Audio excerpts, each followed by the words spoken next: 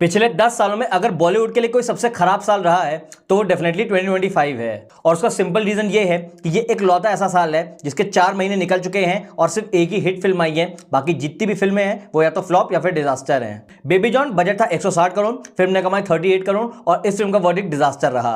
Emergency film का budget था 60 crore, film ने कमाई 17 करोड़, फिल्म का वर्डिक्ट फ्लॉप रहा। अक्षय कुमार की sky force budget 160 crore, film ने कमाई 110 करोड़, फिल्म का verdict below average. And lastly Salman Khan की मोस्ट अवेटेड फिल्म सिकंदर, जिसका बजट था 200 करोड़, फिल्म ने कमाई सिर्फ 110 करोड़ और इस फिल्म का वर्डिक्ट डिजास्टर रहा। तो बेसिकली अगर छावा की सक्सेस को छोड़ दिया जाए तो बॉलीवुड ने इस साल सिर्फ और सिर्फ फेलियर्स ही देखे हैं। तो ऐसे में सबसे बड़ा सवाल उठता है कि ऐसी कौन सी 3 मेजर गलतियां हैं जो कि बॉलीवुड ने की हैं जिस वजह से बॉलीवुड की मैक्सिमम फिल्में एक डिसअपॉइंटमेंट साबित हुई हैं। रीजन नंबर 1 एक ऐसा है जो कि बॉलीवुड को डेली खाया जा रहा है और वो है एक्टर्स फीस का। अपने छावा वाले वीडियो में मैंने आपको बताया था कि किस तरीके से खेल खेल में एक डिसेंट कमाई करने के बावजूद भी फ्लॉप डिक्लेयर हुई क्योंकि फिल्म का बजट बहुत हाई था। और यही एग्जैक्टली हुआ है इस साल मैक्सिमम फिल्मों के साथ, क्योंकि सिंपल सा लॉजिक ये है कि अगर 100 करोड़ की फिल्म 150 करोड़ कमाती है तो उसका वर्डिक्ट हिट होता है, लेकिन अगर वही 100 करोड़ की फिल्म 50 करोड़ कमाती है तो फिर वो डिजास्टर या फिर फ्लॉप कहलाती है।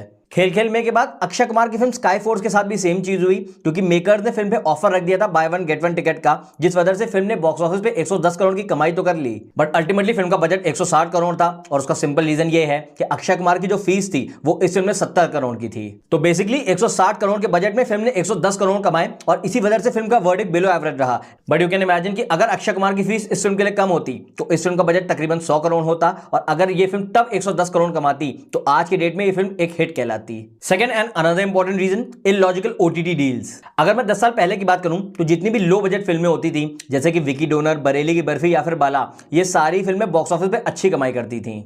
लेकिन इसके बाद 2020 में आया कोविड, जिस टाइम पे ओटीटी प्लेटफॉर्म्स और यूट्यूब बहुत ज्यादा ग्रो कर गए, और ऐसे में ओटीटी प्लेटफॉर्म ने एक न्यू डील निकाली कि जब भी कोई फिल्म थिएटर में रिलीज होगी वो उसके ठीक 2 महीने बाद ही उनकी ओटीटी प्लेटफॉर्म पे आ जाएगी। तो अब ऐसे में हुआ क्या कि जितनी भी बड़ी बजट की फिल्में थी या फिर स्पेक्टिकल फिल्म्स थी जैसे कि पठान, जवान, एनिमल, कल्कि, इन फिल्मों को तो बहुत ज्यादा नुकसान नहीं हुआ। लेकिन वहीं जो छोटे बजट की फिल्में थी जैसे कि Laapataa ladies, Madgaon express, super boys of Malegaon, इन सारी फिल्मों को पब्लिक ने थिएटर में देखना बंद कर दिया। और इसके पीछे ऑडियंस का सिंपल रीजन ये था कि जितनी भी बड़े बजट की स्पेक्टिकल फिल्म्स होती हैं वो आपको थिएटर में अलग ही एक्सपीरियंस देती हैं, लेकिन वहीं जो छोटे बजट की फिल्म होती है जैसे कि लापता लेडीज, ये आपको थिएटर में भी वही एक्सपीरियंस देती हैं जो कि घर पे देती हैं। तो इन शॉर्ट ये जो ओटीटी पे प्रीमियर होने का ड्यूरेशन है ये 2 महीने के बजाय 3, 4 या फिर 5 महीने होता तो शायद से audience in low budget films को भी थिएटर्स में देखती। बट द फैक्ट कि गैप सिर्फ 2 महीने का है तो इससे एक चीज तो कंफर्म है कि जितनी भी स्मॉल बजट फिल्म्स हैं उनका आने वाले टाइम में मार्केट और भी ज्यादा क्रैश करने वाला है। Reason number 3 and the biggest reason जिस वजह से कुछ फिल्में चलती हैं और कुछ फिल्में फेलियर होती हैं, और वो है एजुकेशन वर्सेस एंटरटेनमेंट का।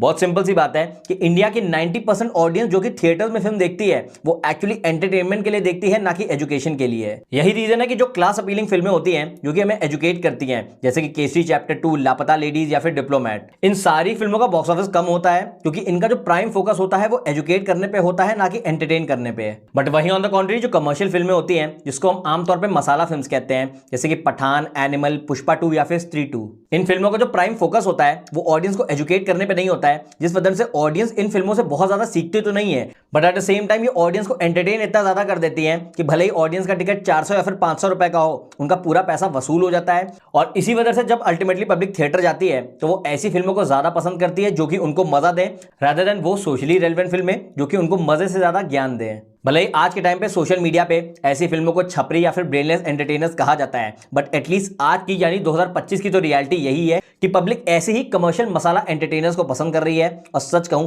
तो ये ट्रेंड 10 से 20 साल तक कहीं भी जाने वाला नहीं है।